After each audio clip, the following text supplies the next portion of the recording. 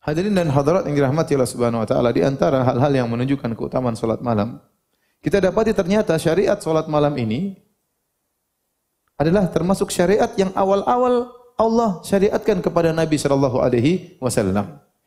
Di antara surat-surat yang pertama kali turun adalah surat Al-Muzammil. Surat Iqra bismi rabbikal ladzi khalaq, surat Al-Muddatsir, kemudian di antaranya awal-awal adalah surat apa? Al-Muzammil. Yang di awal surat Al-Muzammil tersebut perintah untuk salat malam. Ya ayyuhal muzammil, qumil laila illa qalila, nisfahu aw inqus minhu qalila, aw zid alaihi wa rattilil qur'ana tartila. Inna sanulqi 'alaika qawlan thaqila. Inna nashi'atal laili hiya ashaddu wat'a wa aqwamu qila. Inna laka fin nahari sabhan tawila.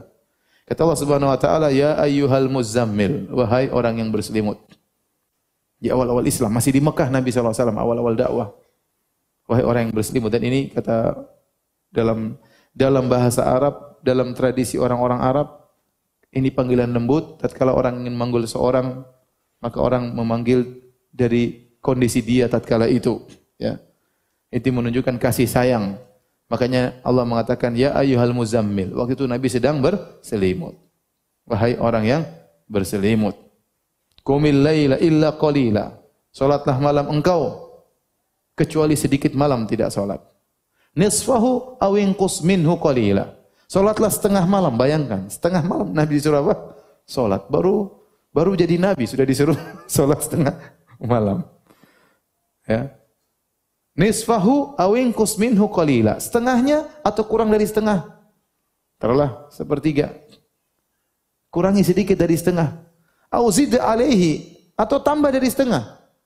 Allah tidak mengatakan tambah setengah sedikit, tidak. Tapi waktu kurang kata Allah setengah malam atau kurangi sedikit dari setengah malam.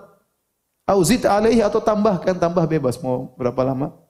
Wa rattilil qur'ana tartila, dan bacalah Al-Qur'an di malam hari. Inna sanulqi 'alaika qawlan tsaqila, kami akan turunkan kepada engkau ayat-ayat itu merupakan perkataan yang berat. Inna nashi'atal laili hiya ashaddu wat'a wa aqwamu qila. Sungguhnya salat malam, baca Quran di malam hari itu lebih khusyuk dan lebih tepat.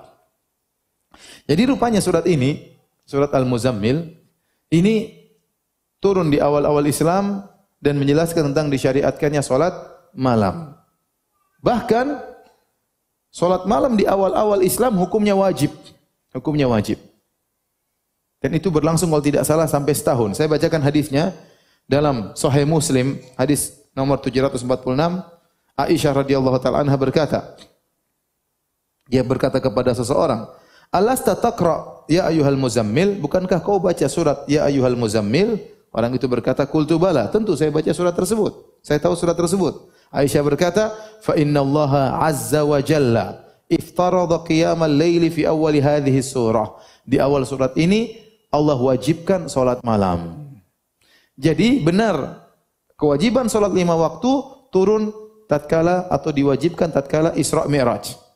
Tatkala Isra Mi'raj. Isra Mi'raj itu setelah 10 tahun Nabi berdakwah, mungkin sekitar tahun ke-11 kenabian. Setelah 11 tahun Nabi berdakwah atau 10 tahun Nabi berdakwah baru diwajibkan salat 5 waktu. Nah, sebelum diwajibkan salat 5 waktu, apakah kaum muslimin sejak awal Islam sudah salat? Iya, mereka salat. Mereka apa? Salat. Dan di antara yang mereka lakukan adalah salat malam. Aisyah berkata, "Fa inna Allah azza wa jalla iftarada qiyamal laili fi awwali hadhihi surah." Allah wajibkan salat malam berdasarkan ayat-ayat pertama dari surat Al-Muzammil. Faqama an-nabiy sallallahu alaihi wasallam wa ashabuhu haulan. Maka Nabi dan para sahabatnya salat malam selama setahun. Wa amsakallahu khatimataha 12 syahran fis sama. Adapun akhir dari surat Al-Muzammil yang menunjukkan salat malam tidak wajib lagi, Allah tunda menurunkannya sampai setahun. 12 bulan. Di akhir surat Al-Muzammil Allah mengatakan faqra'u ma tayassara minal Qur'an. Bacalah Al-Qur'an yang mudah bagi kalian. Maka ayat ini memansuhkan ayat yang pertama sehingga salat malam tidak jadi wajib lagi tetapi menjadi sunnah. Kemudian kata Aisyah, hatta anzalallahu fi akhir hadhihi surah at-takhfifa.